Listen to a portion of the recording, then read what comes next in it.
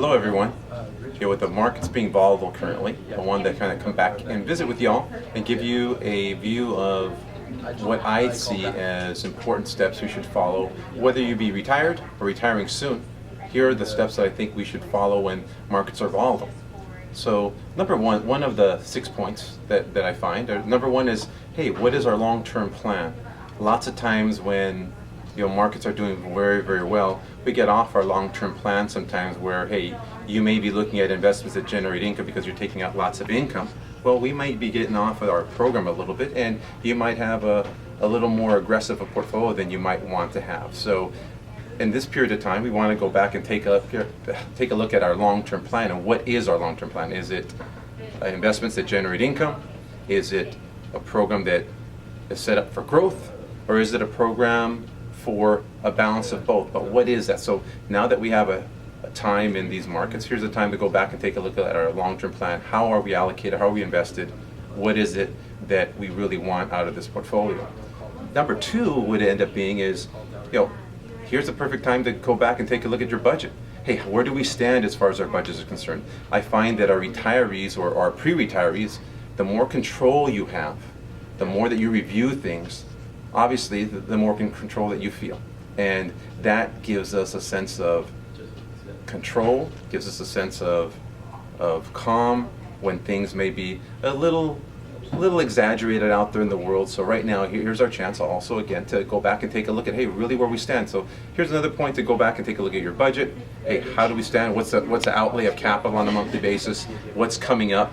What do we want? What do we need on a monthly basis? So go back and take a look at your budgets on a month to month, folks. Number three would do your homework.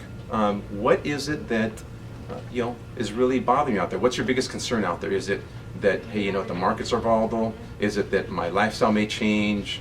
What is your concern? And those are things you should be taking a look at and researching. Take a look at using the internet to review, asking, and looking at, hey, what is it that affects me? What do I need to be concerned about?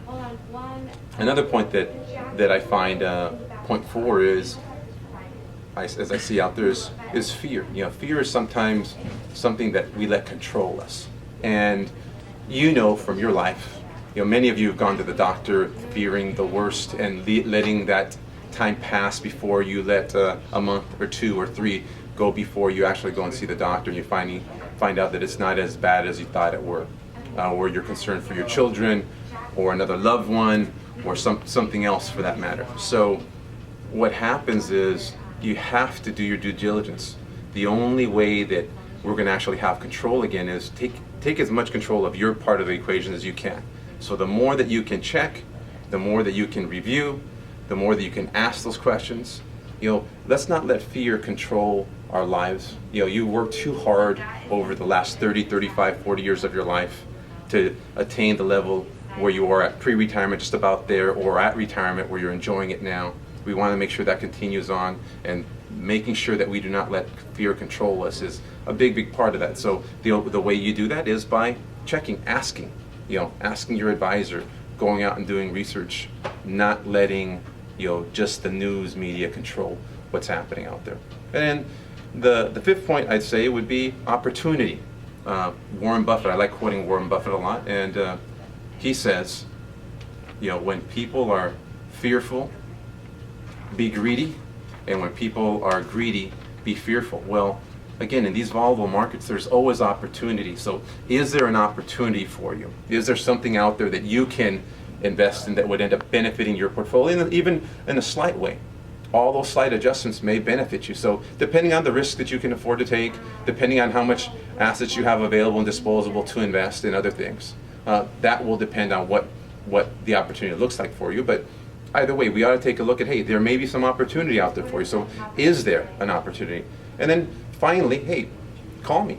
Let's basically take a look at how all of these factors affect you, and then take a look at how the markets affect what's happening out there, and are there any opportunities for this?